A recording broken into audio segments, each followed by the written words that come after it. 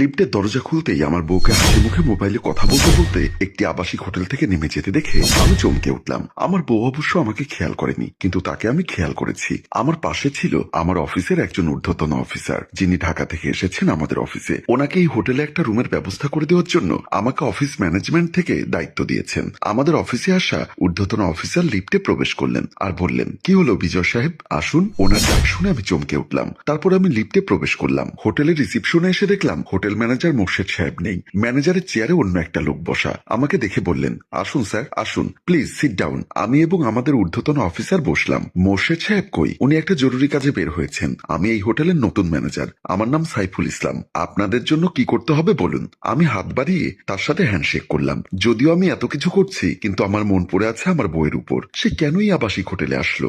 সাইফুল সাহেব আবারও জিজ্ঞাসা করলেন, স্যার আপনাদের কি রুম লাগবে? আমি বললাম, আমি ইফতিয়া পেঁয়াজ প্রাইভেট লিমিটেড থেকে এসেছি। আমাদের বস আপনাদের এখানে ফোন করে একটা রুম বুকিং দিয়ে রেখেছিল, যেটা মোর্শেদ সাহেব জানতো। তারপর নতুন ম্যানেজার রেজিস্ট্রি খাতা খুলে দেখতে লাগলেন। খাতা চেক করার এক পর্যায়ে বলল, আপনার নাম কি মিস্টার মমিন সাহেব? আমার পাশে বসা আমাদের ঊর্ধ্বতন অফিসার মমিন সাহেব বলল, জি আমি মমিন সাহেব, কিন্তু আমি তো চেয়েছিলাম 5 স্টার মানের কোনো হোটেল। হোটেল ম্যানেজার সাইফুল সাহেব বলল, সরি স্যার, আমাদের এই জেলা টাউনে এর চাইতে ভালো মানের কোনো হোটেল নেই। তবে আপনার কোনো সমস্যা হবে না, এখানে সব ধরনের ব্যবস্থা আছে। হোটেল ম্যানেজারের মুখে সব ধরনের ব্যবস্থার কথা শুনে আমার আবারও আমার স্ত্রীর কথা মনে পড়ে গেল। আমার স্ত্রী তো কোনো সার্ভিস করে না, তাহলে কেন সেই হোটেলে আসলো? তার তো এমন টাইমে হোটেলে আসার কথা না। তাহলে কি আমার স্ত্রী বিপদগামী হয়ে গেছে? ঠিক আছে, কি আর করব, একটা রাত মাত্র থাকবো, দিন ভালো দেখে একটা রুম দিন। আমাদের ঊর্ধ্বতন অফিসারের মুখে এমন কথা শুনে আমি আবারও বাস্তবে ফিরে আসলাম। হোটেলের নতুন ম্যানেজার হোটেল বয়কে ডাক দিলেন, ফাহিম একটু এদিকে এসো। একটু পরে দেখলাম হোটেল বয় এসে সবাইকে সালাম দিল।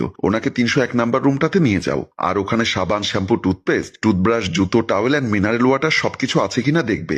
যদি না থাকে সবকিছুর ব্যবস্থা করে দিবে। ওকে স্যার, এগুলো নিয়ে আপনার কোনো টেনশন করতে হবে না। প্লিজ আপনি আসুন আমার সাথে। আর শোনো, এর বাহিরেও যদি স্যারের কিছু লাগে ওগুলোর ব্যবস্থা করে দিবে। হোটেল ম্যানেজারের মুখে এর বাহিরেও কিছু যদি লাগে কথাটা শুনে আমার আবারও আমার বউয়ের কথা মনে পড়ে গেল। আমি শুনেছি কিছু কিছু হোটেলে নাকি চাইলে এক রাতের জন্য বউ পাওয়া যায়। তাহলে কি আমার বউ কারো শয্যাসঙ্গী হওয়ার জন্য এখানে এসেছিল? ভাবতেই নিজের প্রতি নিজের ঘৃণা জন্মাচ্ছে। ঠিক আছে বিজয় সাহেব, তাহলে আমি রুমে যাচ্ছি, কাল গাড়ি পাঠিয়ে আমাকে নিয়ে যাবেন বলে আমার ঊর্ধ্বতন অফিসার রিসিপশন থেকে চলে গেলেন। আমি দাঁড়িয়ে ওনাকে সালাম জানালাম। আবারও বসে ম্যানেজারকে জিজ্ঞাসা করলাম, আচ্ছা আপনাদের এখানে সবকিছুর ব্যবস্থা বলতে কি কি বোঝাচ্ছেন?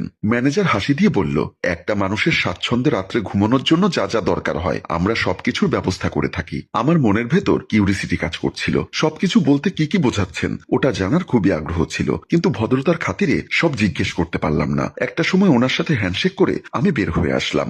লিফট দিয়ে নামতে যাব